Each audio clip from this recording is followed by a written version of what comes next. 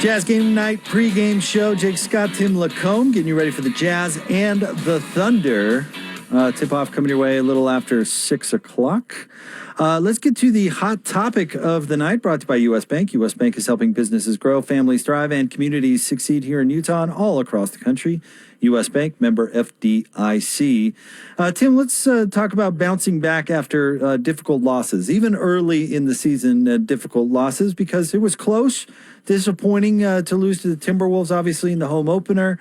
And a team that I think a lot of people, most people out there, think that the Jazz are better than. Talk about how you put it behind you and you move on to the next one.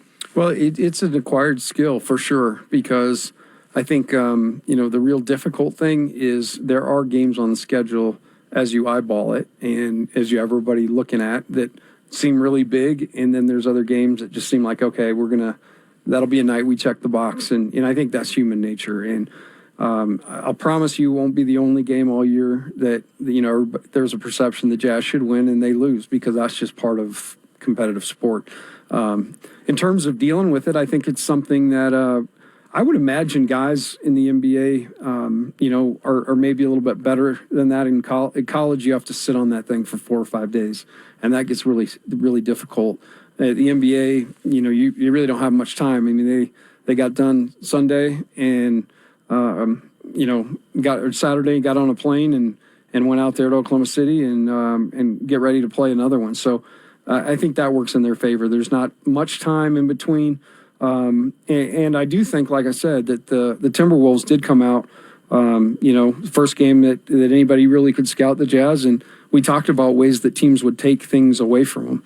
And they, it's probably a good lesson to see, hey, it's not going to be this easy every night. We're not going to be able to complete all these passes. All these handoffs are going to be challenged.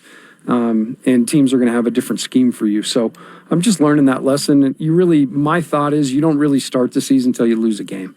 That's when you get punched and you see how you respond. And my expectation with the Jazz being a veteran club will be they'll respond just fine.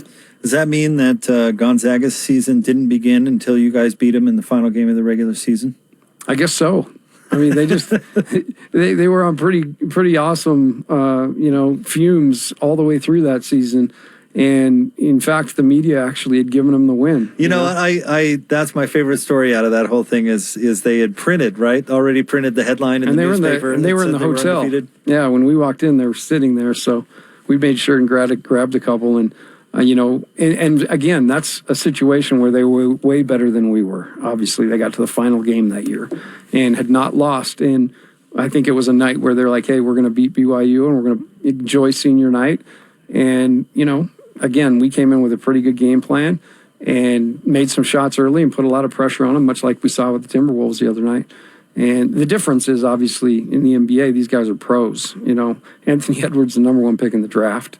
And we saw how good that dude is. He was really good. And then, Cat's a really good player on given nights.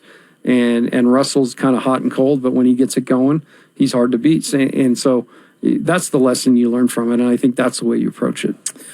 Talk about what Minnesota was doing to the Jazz with the defense that they were playing and why the Jazz maybe struggled to adapt a little bit, because I would guess that you'll see that a little bit more. Well, they made it really difficult, first of all, in transition to advance the ball up.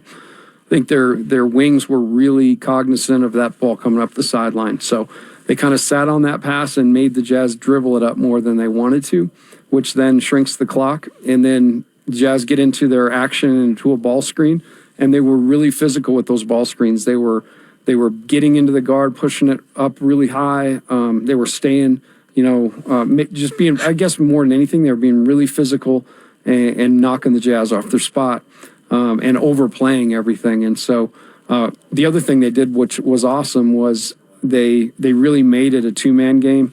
They stayed home on all of the other shooters. So it wasn't an opportunity where the Jazz could beat their player and then kick it, because the help was not there. So whoever actually engaged in that ball screen pretty much had to figure out a way to go score. Locke had a tweet, I think it was yesterday, that he went through a statistical analysis and said that the Jazz really had the same open shots that they did against Portland, but it didn't feel that way to me. and maybe I need to look at the numbers Locke's looking at, because of course that's his wheelhouse. But it didn't feel to me like they had the same amount of open shots like they did against Portland, and I think that probably gets at what you're getting at there, where they just weren't leaving guys and they were keeping the pressure up, where it felt like Portland was dropping more, a little more worried about the Rudy role maybe than Minnesota as they played.